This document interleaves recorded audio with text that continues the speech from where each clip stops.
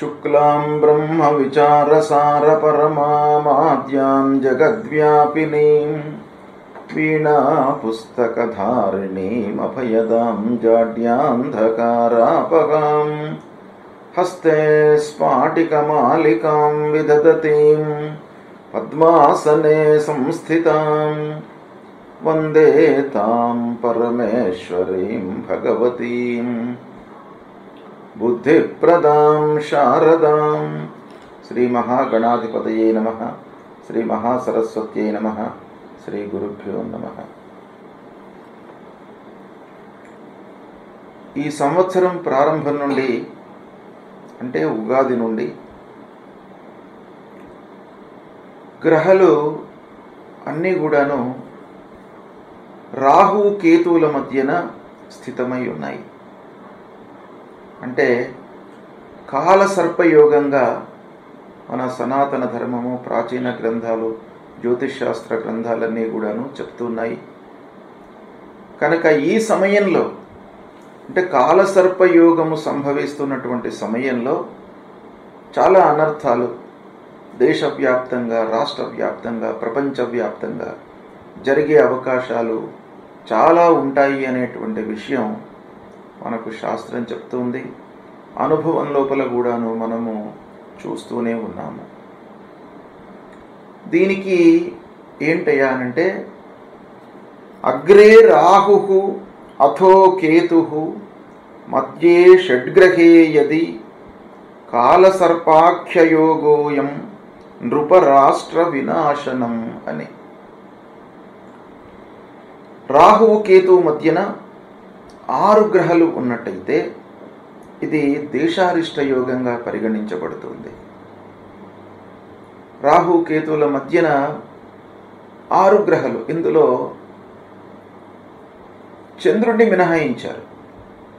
మిగతా 6 గ్రహాలు రాహువు కేతువు 8, చంద్రుడిని కలుపుకున్నట్టయితే 9 అవుతుంది. అయితే ఇందులో రాహు కేతువుల మధ్యన 6 గ్రహాలు ఉన్నట్టయితేనే కాలసర్ప యోగముగా పరిగణించబడింది. యోగము అనంటే ఏంటి? గ్రహాల యొక్క కలయిక. అంటే ఈ గ్రహాలు రాహుకేతువులతో బంధింపబడి ఉండడము, ఇది కాలసర్ప యోగము. ఇలా ఉన్నప్పుడు, ఈ యోగము సంభవించినప్పుడు పరస్పరము రాజులు అంటే పరిపాలకుల మధ్యన అగాధము ఏర్పడము, వైరుధ్యాలు కలగడము, తర్వాత యుద్ధము, ప్రజానష్టము, వాతావరణ సమస్యలు, భూకంపాలు, ఇలా ఎన్నో అనర్థాలు జరుగుతాయి అని చెప్పేసి శాస్త్రము మనకు చెప్తూ వస్తూనే ఉన్నది. అయితే ఇందులో ఈ కాలసర్ప దోషం లోపల కూడాను అంటే కాలసర్ప యోగం లోపల కూడాను మనకు ఖచ్చితంగా అంటే రాహువుతో మిగతా గ్రహాలు కూడాను కలిసి ఉన్నప్పుడు, అంటే ఈ సంవత్సరం ఉగాది రోజున రాహువు మీనరాశిలో ఉన్నాడు. అదే సమయంలో శని కూడాను ఉన్నాడు. తర్వాత రవి, బుధులు అందరూ కూడాను మీనరాశిలో ఉండడము, షడ్గ్రహ కూటము ఏర్పడము, ఇదంతా కూడాను జరిగింది. దాని ప్రభావంతో యుద్ధం ప్రారంభం కావడము, ఇలాంటివన్నీ కూడాను మనము చూస్తూనే ఉన్నాము, మన అనుభవంలోకి వస్తున్నాయి. అయితే మే 18వ తారీఖు నుండి జూన్ 27వ తారీఖు వరకు రాహుకేతువుల మధ్యన ఎక్స్క్లూజివ్గా అంటే కేవలము రాహుకేతువుల మధ్యనే మిగతా గ్రహాలన్నీ కూడాను ఇమిడి ఉన్నాయి. ఇది చాలా ప్రమాదకరమైనటువంటిది. దానికంటే కూడాను అంటే రాహువుతో పాటు శని, సూర్యుడు, బుధుడు కలిసి మీనరాశిలో ఉన్నప్పుడు ఆ ఏర్పడినటువంటి యోగం కంటే కూడాను మే 18 నుండి 27 జూలై వరకు ఏర్పడేటువంటి యోగము ఇది చాలా ఎక్స్క్లూజివ్గా కాలసర్పయోగంగా మనం పరిగణిస్తాం. అంటే రాహుకేతుల మధ్యనే మిగతా గ్రహాలన్నీ ఉన్నాయి. ఇక్కడ రాహువుతోని కానివ్వండి, కేతువుతోని కానీ గ్రహాలు కలిసి లేవు. కనుక ఇది ప్రబలమైనటువంటి కాలసర్ప యోగంగా మనం చెప్పుకోవచ్చు.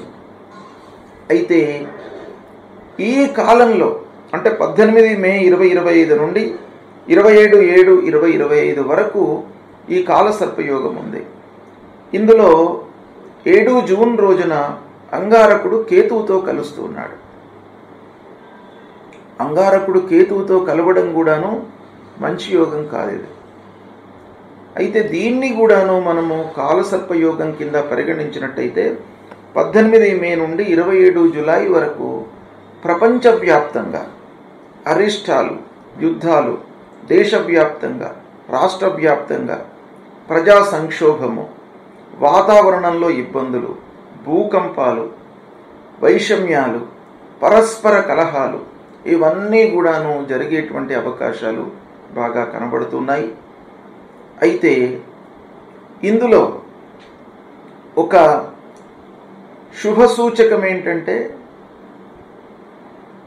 ఈ కేతువు సింహరాశిలో ఉన్నాడు, కుంభరాశిలో రాహువు ఉన్నాడు. అంటే రాహువు కుంభరాశిలో ఉండడము, శనైశ్వరుడి యొక్క రాశిలో రాహువు సంచరించడము కొంతవరకు ఈ యోగాన్ని అరికట్టేటువంటి అవకాశాలు ఉన్నాయి. అంటే అనర్థము, ప్రజానష్టము, ధన నష్టము, ఆర్థికమైనటువంటి ఇబ్బందులు ప్రపంచవ్యాప్తంగా ఎదురైనప్పటికీ ఈ కుంభరాశిలో సంచరించడం మూలకంగా కొన్ని ఇబ్బందులు తలెత్తేటువంటి అవకాశము కనబడుతుంది. అయితే ప్రధానంగా మనం చూడవలసినటువంటి అంశం ఏంటంటే భారతదేశము స్వాతంత్ర్యాన్ని పొందినటువంటి సమయం లోపల కూడాను కాలసర్పయోగం సంభవించింది. ఆ సమయాన్ని మనము చారిత్రకంగా మనం చూసినట్టయితే ఆ సమయంలో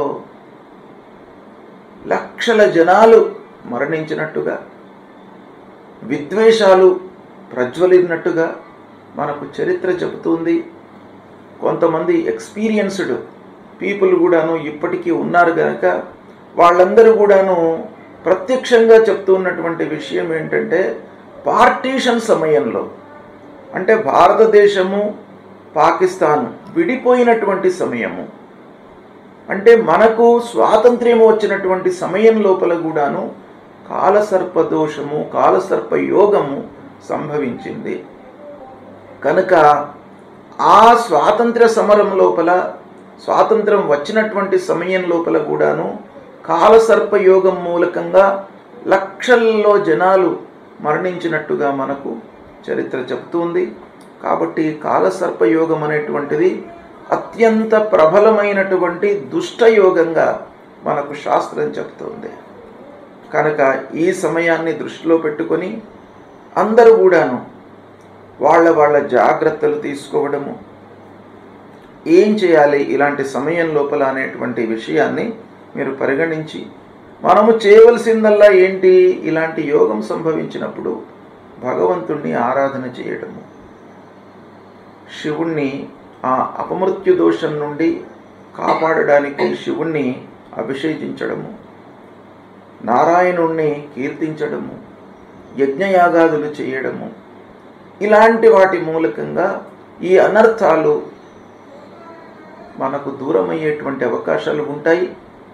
కొంత తక్కువ మోతాదులో మనకు ఎక్స్పీరియన్స్తో ఇవి బయటపడేటువంటి అవకాశాలు ఉంటాయి అనేటువంటిది శాస్త్రం చెప్తుంది.